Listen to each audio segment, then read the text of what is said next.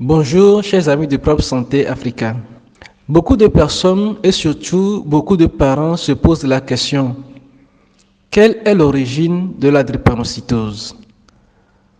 Comment se fait-il que mon enfant a eu la drépanocytose? Et par ailleurs, certains se disent drépanocytaires alors que non. Pourquoi? Nous allons répondre à ces questions dans quelques instants.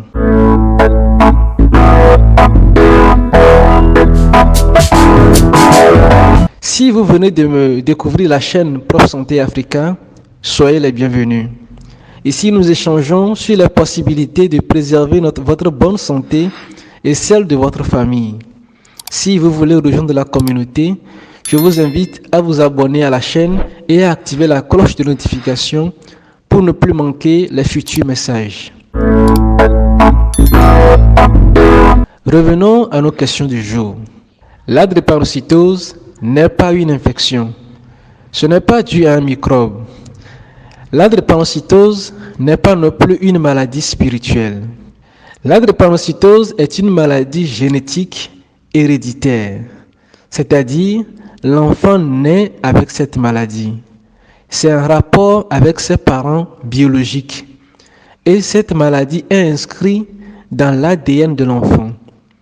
L'ADN, c'est le code individuel qui dirige le fonctionnement de chaque personne. La drépanocytose est une maladie qui touche ce qu'on appelle hémoglobine. En effet, dans notre sang, il existe les globules rouges qui donnent la couleur rouge au sang. Et ces globules rouges contiennent un élément appelé hémoglobine. Et c'est le type d'hémoglobine qui détermine la forme du globule rouge. L'hémoglobine normale est appelée hémoglobine A et donne une forme ronde au globule rouge. La drépanocytose provient donc d'une anomalie de l'hémoglobine.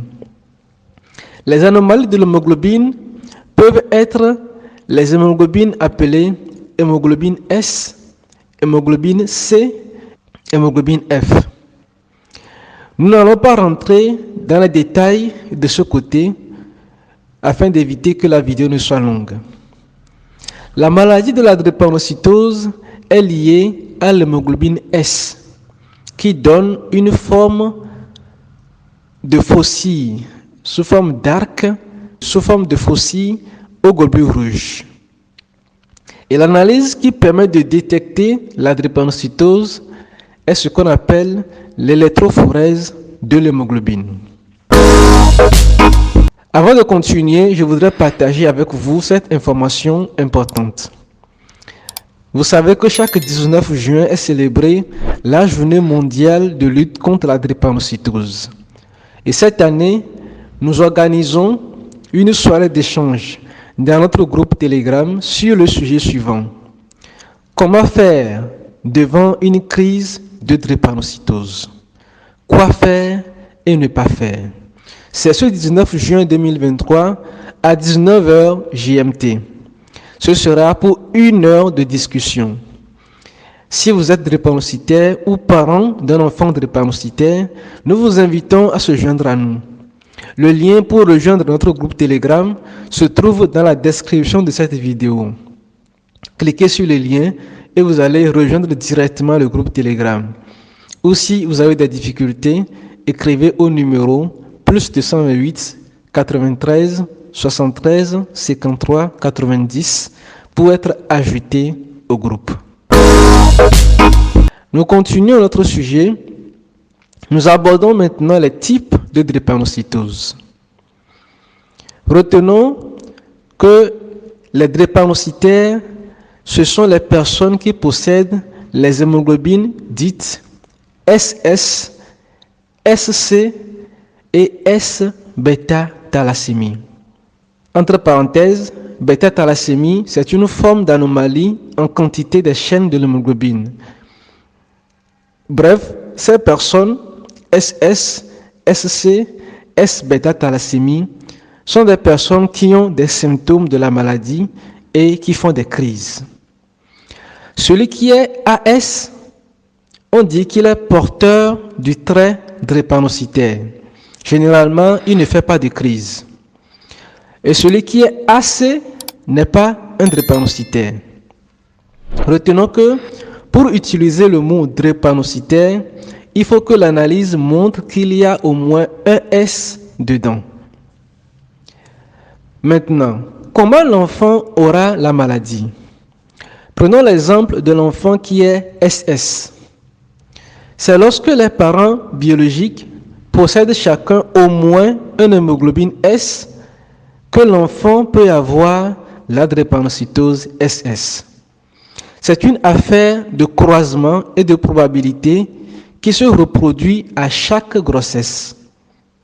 Par exemple, si les deux parents biologiques sont AS, c'est-à-dire chacun est AS, papa AS, maman AS, l'enfant peut être soit AA, soit AS, soit SS.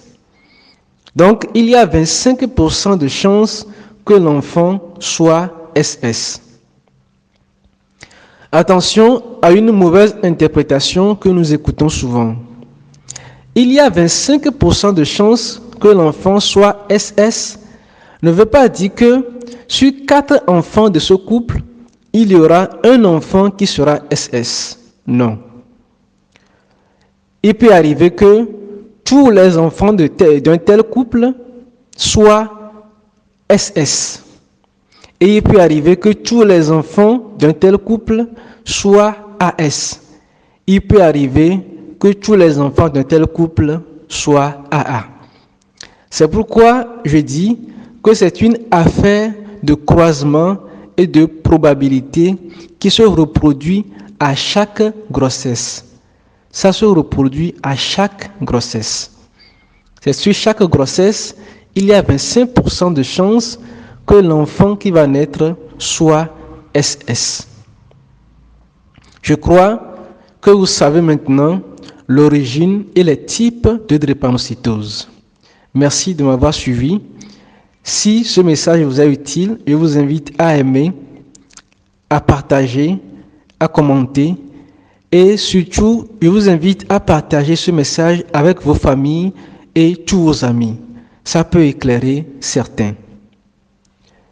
Alors pour rappel, pour les drépanocytaires et parents d'enfants drépanocytaires, on se retrouve ce lundi 19 juin 2023 dans notre groupe Telegram pour notre échange.